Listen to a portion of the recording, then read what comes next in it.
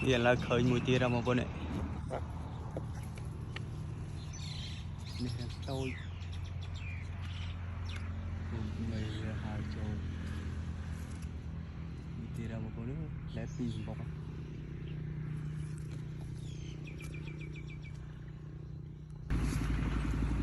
Hiện là vô bà nằm anh một bên này. Đi nơi lên mình bạn thọt với cái cùng vô lấy. Mình cắt cái bà đó.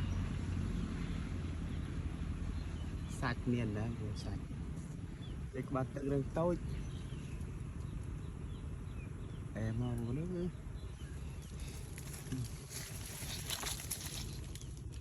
Nè. Vô bà nằm vô ơi mình. Sạch việc bình. Các bạn tật về đây mà này. Bạn tật về. Nơi chích chích phơi mà đó. Nơi ngay chích chích phơi.